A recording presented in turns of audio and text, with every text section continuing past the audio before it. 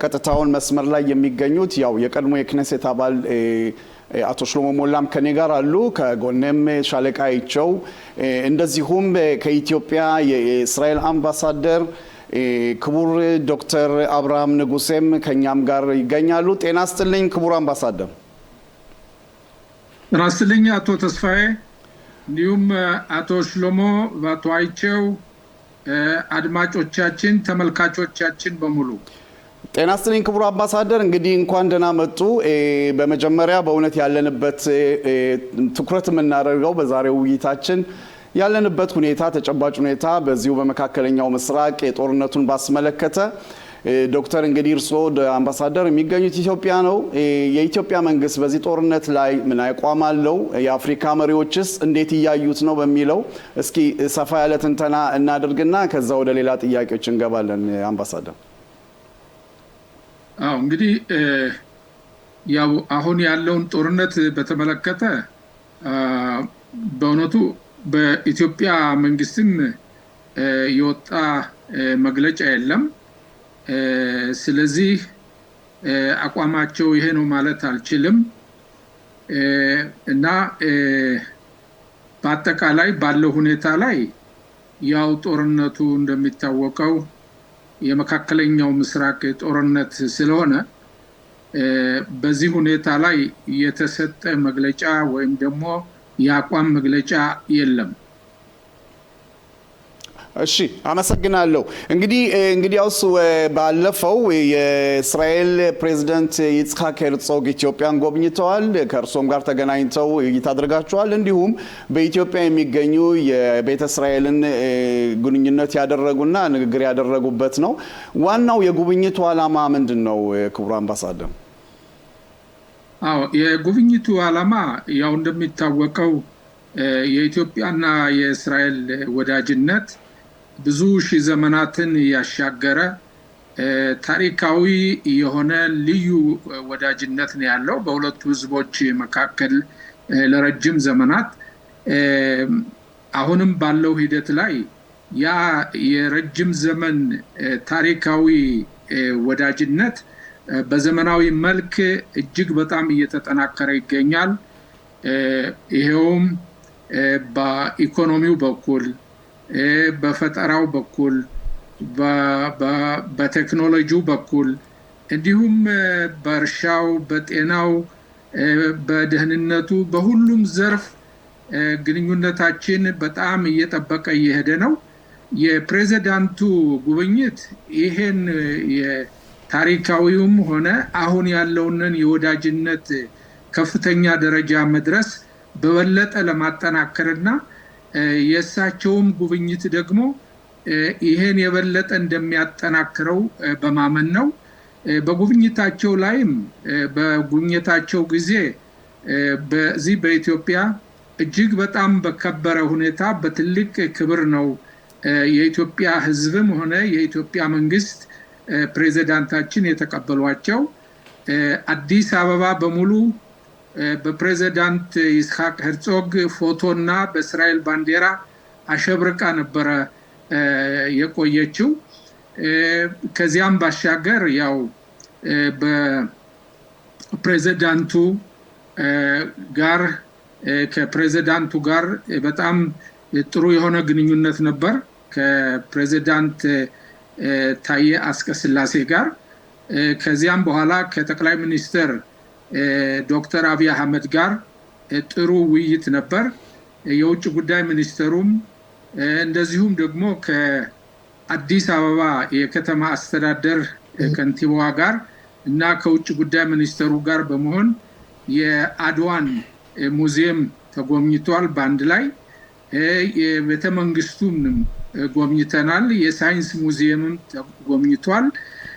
ከዚያም ባሻገር ደግሞ የማህበረሰባችን ያው ከዚህ በአዲስ አበባም ሆነ በጎንደር ወደ እስራኤል ሀገር ለመምጣት መጠባበቅ ላይ ያሉ ወገኖቻችን የነሱን መሪዎች በፕሬዝዳንቱ ጽሕፈት ቤት ጥያቄ መሰረት ከጎንደርም መሪዎችን አምጥተን እንዲመጡ ሆኖ ከዚህም ያሉት የማህበረሰቡ መሪዎች በመሆን በአንድ ላይ እንዲሁም ከዚህ ያሉ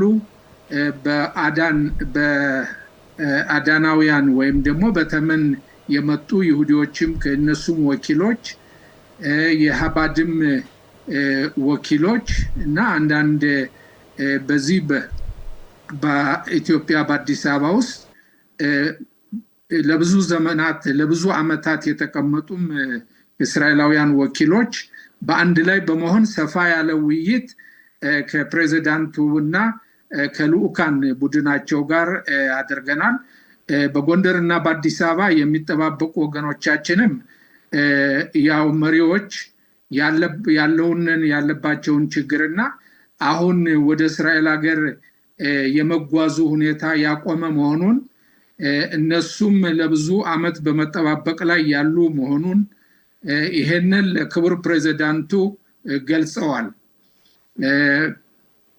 ከዚያም ባሻገር ያው ያለባቸውንም ችግርና ተሎ ወደ ወገኖቻቸው ወደ ወላጆች ወደ ልጆች ወንድሞች እህቶቻቸው የሚደረቡበትንና የሚገናኙበትን መንገድ ክቡር ፕሬዝዳንቱ በእስራኤል መንግስት ላይ ተጽዕኖ በማድረግ አስፈላጊው ውሳኔ ተወስኖ ወደ ወገኖቻቸው እንዲደረቡ እንዲመጡና እንዲገናኙ ይሄንም ጥያቄያቸውን ለፕሬዝዳንቱ በቃላትም ሆነ በጽሁፍ አቅርበዋል።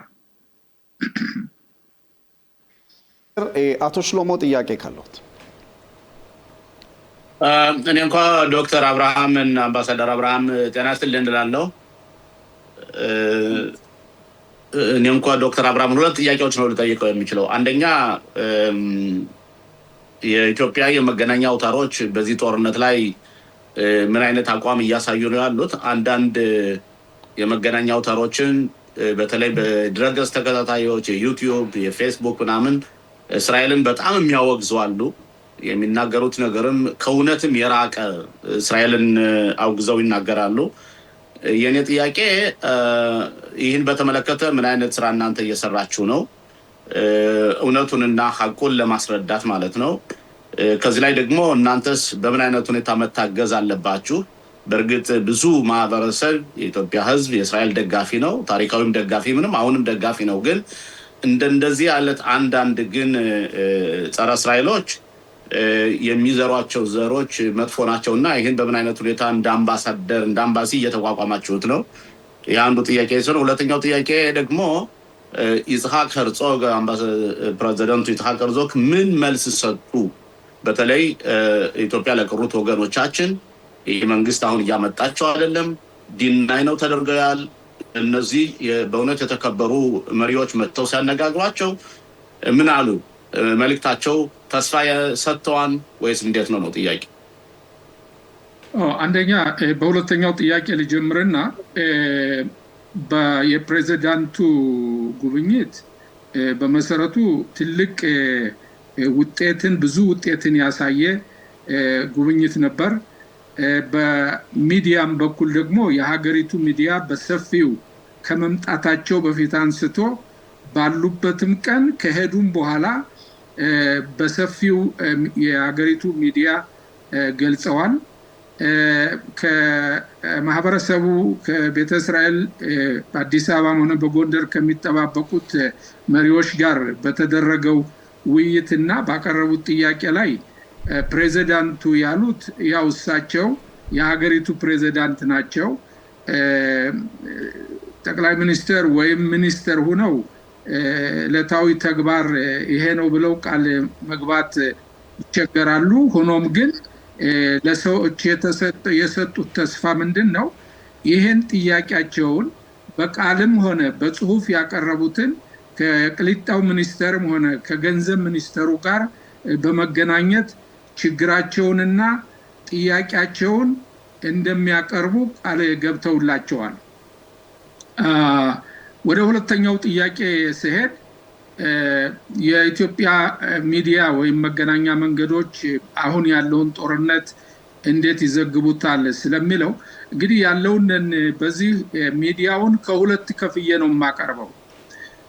በመንግስት ሚዲያ በኩል ወይም ደግሞ ለመንግስት ቀረብ ያሉ ዋና ታዋቂነት ያላቸው የሚዲያ ድርጅቶች ወይም ደግሞ አካሎች በዚህ ጦርነት ላይ እንደ ዜና አድርጎ ከማቅረብ በኩል አቋም የወሰደ ትንተና የለም።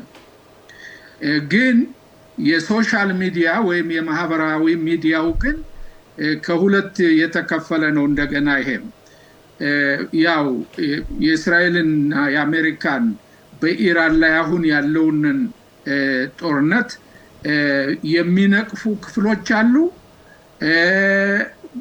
የሚደግፉም አሉ። ስለዚህ ይሄ ሶሻል ሚዲያውን ነው የምለው።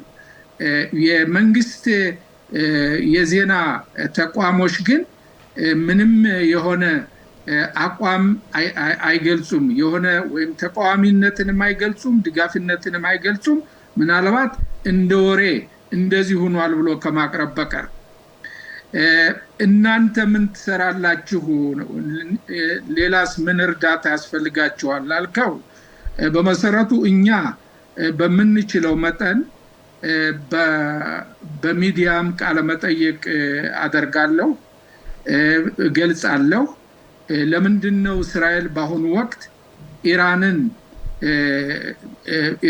በኢራን ላይ ወታደራዊ ዘመቻ ማድረግ ያስፈለገ በሚለው ከስር አንስቶ ኢራን ምን ያህል ለእስራኤል ሕዝብ ጠላት እንደሆነችና የኢራን ስል አገዛዙን አመራሩን ነው እና በዚህ 47 ዓመት ውስጥ በነ አያቶላ ሆሜኒ የሚመራው መንግስት እስራኤልን ለማጥፋትና የእስራኤልን ህልውና ከመካከለኛው ምስራቅ ለማጥፋት ኒውክሌር እየገነባ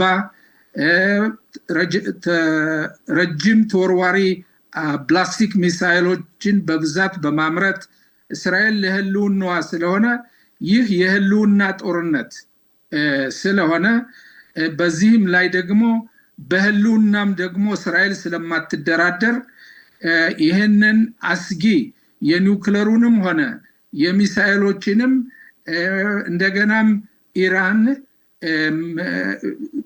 ፕሮክሲስ ወይም ደግሞ ተላላኪዎቿን በሂዝባላ፣ በሐማስ፣ በሁቲም፣ በኢራቅ ሚሊሺያ ማጠናከሯንና ገንዘብ መስጠቷን መሳሪያ መስጠቷን ስላላቆመች ግዴታ የህልውና ጦርነት ማካሄድ አስፈላጊ ስለሆነ የእስራኤል መንግስት ወስኖ ይሄን ያካሂዳል። አሜሪካኖችም በዚህ ሁኔታ ላይ አምነውበት የዓለምንም ጸጥታ ለማስከበር የነሱንም ደግሞ ጥቅምም ለማስከበር ከእስራኤል ጎን አብረው በአንድ ላይ በመሰለፍ ጦርነቱ በመካሄድ ላይ ይገኛል። ይህም ጦርነት ደግሞ ፍትሃዊና ትክክለኛ የሆነ የእስራኤልን ህልውና የሚያስጠብቅ መሆኑን ይሄን በደንብ አድርገን በዚህ ባለው ሚዲያም ሆነ በተለያዩ ስብሰባዎችም እናስረዳለን።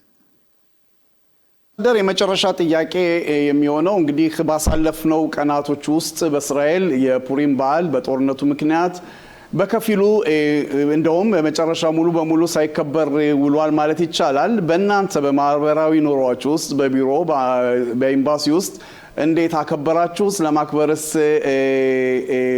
ነበራችሁ ማለት ጊዜው ነበረ ለዚህ ጉዳይ? አዎ በእውነቱ እዚህ በእኛ በአዲስ አበባ ያለነው ሰራተኞች በመሰባሰብ አንደኛ መጊላት አስቴርን የማንበብ እድል አጋጥሞናል፣ አንበናል። እንዲሁም በዓሉን ከዚህ የዲፕሎማቶች ልጆችም ሆነ የዲፕሎማቶች ቤተሰቦች በአንድ ላይ በመሆን በሐባድ መሪ ራቭ መሪነት በዓሉን አክብረን ውለናል። ክቡር አምባሳደር ዶክተር አብርሃም ንጉሴ በእውነት ለሰጡን ትንተናና ለነበረን ቆይታ በጣም እናመሰግናለን። ሻባት ሻሎም፣ መልካም ሳምንት እንመኛለን። ሻባት ሻሎም፣ መልካም ሳምንት። ድል ለእስራኤል፣ ጸጥታና ሰላም ለሀገራችን ይሁን እላለሁ። አሜን አሜን፣ ለሁላችንም።